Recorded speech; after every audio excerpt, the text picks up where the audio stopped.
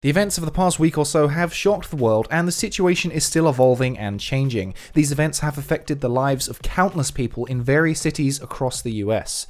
In the wake of what's happening, Sony has decided to postpone its PlayStation 5 event, which was due to air this Thursday, which would provide the first look at the console and its games. In a statement posted to Twitter, PlayStation said, "We have decided to postpone the PlayStation 5 event scheduled for June 4th. While we understand gamers worldwide are excited to see PS5 games, we do not feel that right now is a time for celebration, and for now, we want to stand back and allow more important voices to be heard." Many have come out in support of this statement, but many have come to criticize this decision for multiple reasons. Many games industry figures, including developers and journalists, have shared support for Sony's actions, and personally, I agree with them. So let's talk pros and cons of the different arguments. I don't have all the answers, and I encourage all of you to share your opinions in the comments whether you agree or disagree, but please try to be civil. There's enough madness going on without making things more toxic. Personally, I fully support this decision. Delaying the stream will do no harm to the system's sales, and more importantly, it will not hurt anyone. The worst thing a delay does is disappoint people, and yeah, that's a bit annoying, but I think we can get over that pretty sharpish. It's undeniably disappointing for Sony fans, but you can be disappointed and still support it and try to understand it. If Sony came out swinging with an exciting, action-packed presentation,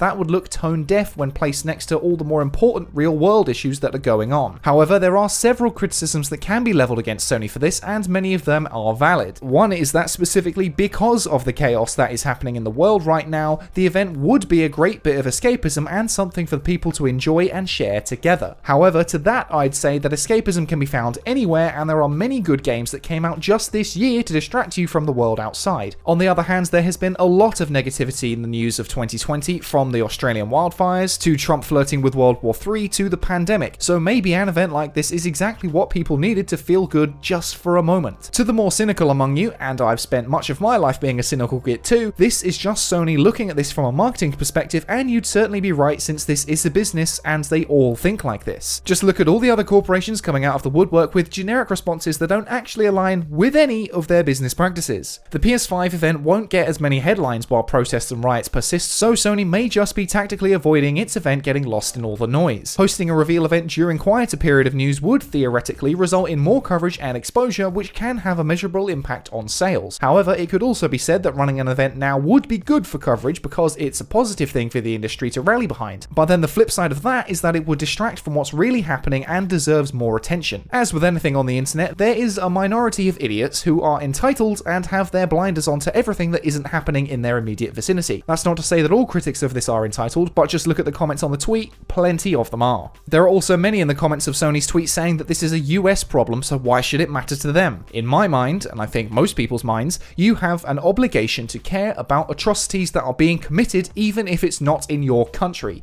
They are still people. Racism and bigotry exist everywhere, and it's your responsibility as a human being to stand against it no matter who is the victim of it. However, turning away from what's going on and sticking your fingers in your ears is just cowardly. But then again, the counter argument is, where was Sony when other countries were on fire from riots? A recent and significant example I can think of is the Hong Kong riots against Chinese dictatorships. Where were any of these corporations during those events? Oh wait, most of them were cowering because they do business in China. However, the world cannot just stop because one part of the world is going through tragedy. The world kept spinning when Hong Kong was filled with riots and when the Iranian protesters were shot and killed, so what makes this one different? Now, I'm not saying that Sony shouldn't care now, I'm saying that it should have cared then. But in Sony's defense, the company didn't have one of the biggest events of its business calendar scheduled during those issues, so it's not exactly a one-to-one comparison. All of these corporations should have actually given a shit back then, not just now that it's going to affect their finances. Again, if I want to don my cynical hat, I'd say it's just because they don't care about the world's problems until it affects their bottom line. But just before I remove my cynical hat, I'd like to add that all this could just be a chance to grab some good press after a dodgy few weeks with Sony having leaks of The Last of Us 2 and appalling false copy strikes on innocent people. Even if my cynicism is true,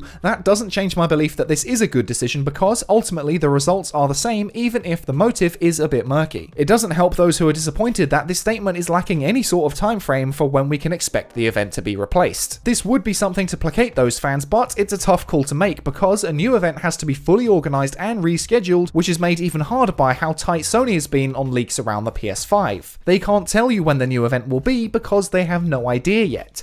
Apparently, for this one, several of the speakers didn't even know the date until the announcement was made public. Overall, I still fully support this decision, even if it is corporately motivated and solely about brand optics, because ultimately the result is still the same. Sony gives way to people who have more important things to say, and that's a bigger deal than our video games. And if that's all you care about, just consider the fact that gaming won't get better until the world gets better. It's actually better for you to care about this stuff. That's not going to happen overnight, and again, I don't have all the answers, but at the end of this, we will still get a PS5 announcement and life will go on, hopefully, better and safer for everyone. Now that's the end of my thoughts on the Sony announcement, and please share yours in the comments, but now I'm going to touch on my own political opinions about all this. Please feel free to click off if you want to hide from the real world problems, or you're just done with all the negativity and want some escapism. That's completely fine. I don't blame you, but I will say what I have to say, and I'm not sorry if it sounds preachy. George Floyd was murdered. There is no question in my mind of that. He is the first of many, many people who have been the subject of a disproportionate amount of abuse from certain establishments by certain people. I wholeheartedly support these protests and the people expressing their freedom to do so. However, I firmly disagree with the looting and destruction that's going on because I feel like those actions bury whatever good point you did have, and the movement becomes solely associated with all that carnage. Many of the people doing it do not even believe in the message and are just opportunistic parasites who see Black Lives Matter as just another Black Friday. I have seen multiple clips of officers attacking civilians completely unprovoked, but I've also seen several clips of cops being attacked in the same way. I hate the demonization of all police officers by some members of this movement. There are many bad ones, as there are in any job. After all, being in a position of authority that comes with a free gun is very appealing to a certain mind. However, you cannot discredit all the work of the good cops out there because of the few bad ones. Just like how we shouldn't discredit all those marching peacefully because of those who prefer the destruction. This attitude of it's us or them has been perpetuated by the media and plenty of politicians on all sides of the spectrum, and it's not how progress is made. Black Lives Matter will succeed when it works with the good cops, not against them. I used to be one of those All Lives Matter dickheads, but my perspective changed because it's not about me. I'm not in danger like many others are, and it's my responsibility as a human being to support those who need it. Of course, all lives matter, no one's saying that they don't, but all lives matter can't happen until Black Lives Matter too. This situation is not clear-cut or black and white, but if it leads to a world that really is black and white, then I will continue to support it. I have an obligation to use this platform as a force for good, and I will continue to do so. That's basically all I have to say. At PGG, we want to foster an environment where people of different races, opinions, and beliefs can all talk about those opinions civilly, and if you don't want to be a part of that, then get the fuck out of here. Our sub count is already hemorrhaging anyway. We're here because we love games. That should be all that matters.